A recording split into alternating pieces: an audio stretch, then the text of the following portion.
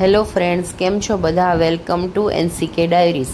તો આજે ગુરુવારનો દિવસ છે, તો બધાને મારા જય જલારામ. અને અષાઢી બીજ છે, તો રથયાત્રાની બધાને હાર્દિક શુભકામના. આજે અમારી એન્ગેજમેન્ટ એનિવર્સરી છે, તો એની અમુક ક્લિપ તમારી સાથે હું શેર કરું છું.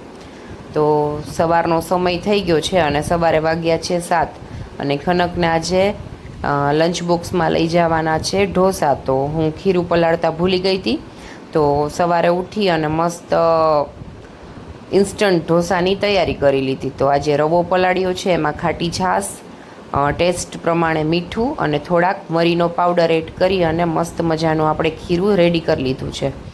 તો સવારે નાસ્તામાં અને ખનકને ટિફિનમાં લઈ જવાય એટલા 3 થી 4 આપણે ઢોસા બનાવી લેશું. તો રેગ્યુલર આપણે ઢોસા બનાવતા હોય ત્યારે નોનસ્ટિકની તવીનો હું ઉપયોગ કરું છું, પણ અત્યારે 2 થી 3 ઢોસા જ છે, એટલે આપણે જે રેગ્યુલર રોટલી બનાવતા હોય એ જ લોઢીમાં મેં ઢોસા બનાવ્યા છે. તો મીડિયમ ગેસ ઉપર આપણે મસ્ત ઢોસાનું ખીરું સ્પ્રેડ કરી અને બંને બાજુ ઘી લગાડી લેશું. તમે તેલ પણ લગાડી શકો અને ઘીમાં આનો ટેસ્ટ ખરેખર ખૂબ જ સરસ આવે, તો તમે પણ એકવાર જરૂર ટ્રાય કરશો. તો મસ્ત જો બંને બાજુ ગોલ્ડન બ્રાઉન રંગના થઈ ગયા છે. તો ચાલો આપણે ઢોસાને ડીશમાં રાખી અને ઠંડા થવા દઈએ. ઠંડા થઈ જાય પછી ખનકને કેચઅપ સાથે લઈ જવા છે, તો ખનકને આપણે ટિફિન રેડી કરી દઈએ. તો જો આપણા ઢોસા થઈ ગયા છે તૈયાર, અને હવે ખનકબેનને તૈયાર કરવા જઈએ તો ખનક જગન્નાથનું ગીત ગાય છે, બધા સાંભળો.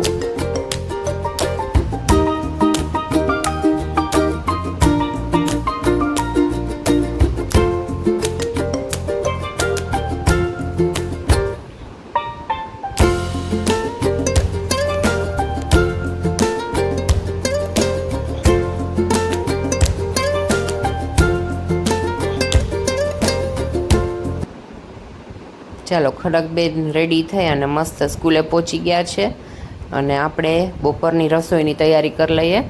તો બપોરે 2-3 શાક પડ્યા છે, તો બધા મિક્સ શાક જેવું કરવાનો વિચાર છે, રોટલી અને ભાત સાથે.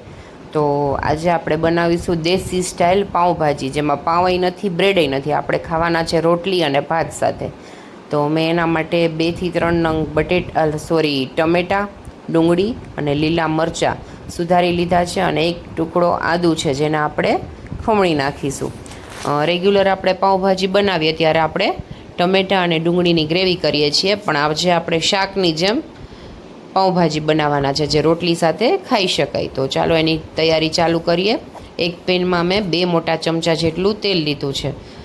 આ ભાજી મારે ટિફિનમાં પણ આપવી છે અને ખનકબેન સ્કૂલેથી આવીને પણ ખાશે, એટલે તેલ અને મરચું બંનેનું પ્રમાણ ઓછું રાખેલું છે. તો જો તેલ ગરમ થઈ જાય એટલે આપણે લસણની ચટણી એડ કરી દઈશું અને 1 ચમચી જેટલી હિંગ એડ કરી દઈશું. એ ગરમ થઈ જાય પછી ડુંગળી, ટમેટાં, મરચાં અને આદું જે આપણે ઝીણા સમારેલા હતા એ એડ કરી અને મસ્ત બધું મિક્સ કરી લેશું. લસણની ચટણી નાખેલી છે એટલે એના ગાંઠા છે એ ભાંગી લેશું, અને મીઠું અને થોડીક હળદર નાખી લેશું, એટલે ડુંગળી અને ટમેટું જલ્દીથી પાકી જાય.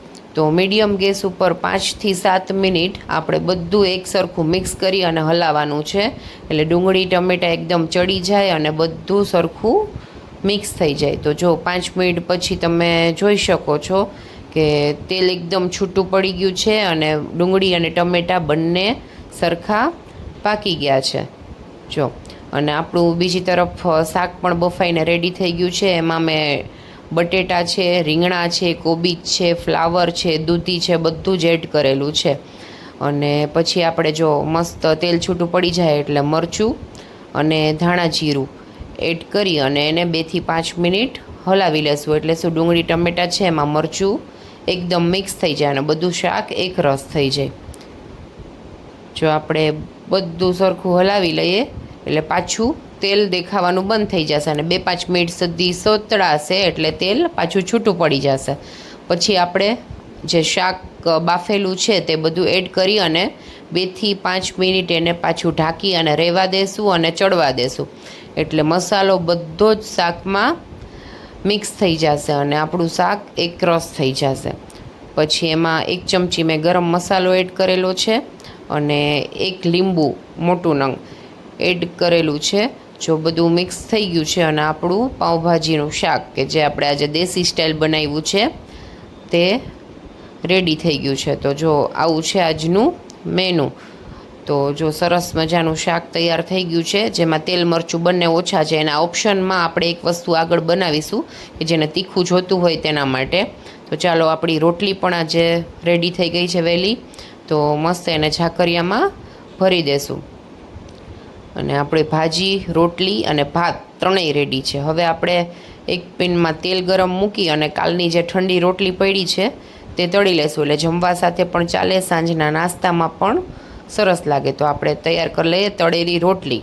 જો રોટલી ફ્રાય થાય છે ત્યાં સુધી એમાં ઉપર છાંટવા માટેનો મસાલો, મરચું, મીઠું, ધાણા જીરું, આમચૂર પાવડર અને હિંગ આપણે બધું જ એડ કરી અને મસ્ત મિક્સ કરી લઈશું. એટલે આપણી ખાટી અને મસ્ત સ્પાઇસી એવી તળેલી રોટલી તૈયાર થઈ જાય. જો રોટલી મસ્ત તળાઈ ગઈ છે, આપણે બધી જ ધીમે ધીમે તળી અને ઠરી જાય એટલે આપણે ડબ્બામાં ભરી દઈશું. ખનકને પણ બહુ ભાવે છે અને સાંજના નાની એવી ભૂખ લાગી હોય કે કંઈ હેવી નથી ખાવું અને કંઈ નાસ્તા જેવું ખાવું છે, તો આ રોટલી ખૂબ જ સરસ મજા આવે અને હેલ્ધી પણ કરા. બહારના પેકેટ ખાવા કરતાં ઘરનું તળેલું જે હોય એ નાસ્તો ખાવો સારો.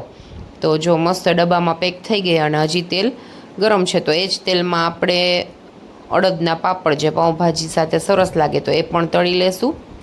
તો તૈયાર છે આપણા પાપડ અને રોટલી. હવે મેં તમને એક ઓપ્શન આપ્યો હતો કે પાઉંભાજી આપણે જે બનાવીએ છીએ તો જેને સ્પાઇસી જોતી હોય તો શું કરે, તો એના માટે આપણે 2 ચમચી મોટી એક તેલ લીધું છે. એમાં આપણે અડધી ચમચી જીરું અને અડધી ચમચી હિંગ એડ કરીશું. હિંગ અને જીરું મસ્ત થઈ જાય એટલે મેં લસણની ચટણી બનાવેલી છે, જેમાં લસણ, થોડુંક મીઠું અને થોડું મરચું એડ કર્યું છે. આપણે તેલમાં એડ કરી દઈશું અને એકદમ ધીમા ગેસે એને ચડવા દેશું. જે લસણમાં જે આપણને કાચું લાગે, અંદરથી જે પાકી જાય લસણ, ત્યાં સુધી એને 5 થી 7 મિનિટ જેવો સમય થશે આપણે એને ચડવા દેશું. એમાં હિંગ છે, પછી હળદર છે, મરચું છે અને ધાણા જીરું. ધાણા જીરાના પ્રમાણ થોડુંક વધારે લેવાનું છે. મેં 1.5 થી 2 ચમચી એડ કર્યું છે.